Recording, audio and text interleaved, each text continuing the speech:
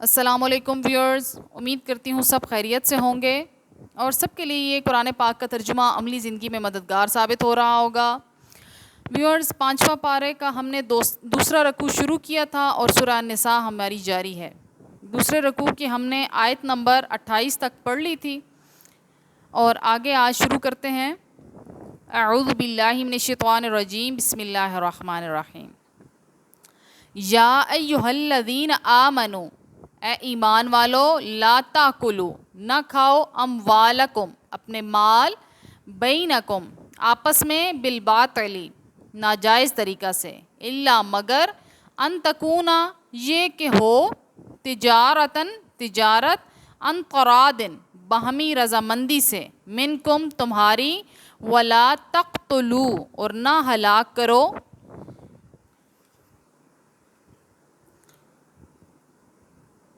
انفسکم، اپنے آپ کو، ان اللہ، بے شک اللہ تعالیٰ، کانا ہے، بکم، تمہارے لیے، رحیمن، مہربانی فرمانے والا۔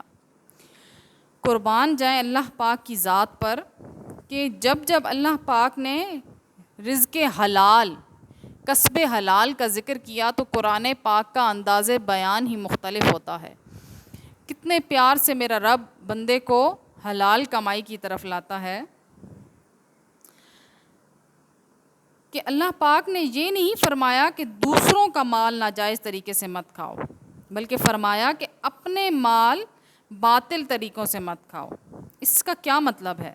اس سے یہ حقیقت واضح کرنا مطلوب ہے کہ امت کے کسی فرد کا مال پرایا مال نہیں بلکہ اپنا ہی مال ہے۔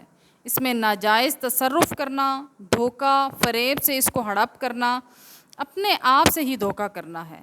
ہاں، اگر تم آپس میں تجارت کرو اور تجارت سے کسی کی سادہ لوحی یا مجبوری سے ناروا فائدہ نہ اٹھایا گیا ہو بلکہ فریقین نے راضی خوشی سے لین دین کیا ہو اور اس طرح تمہیں نفع حاصل ہو تو یہ نفع حلال ہے۔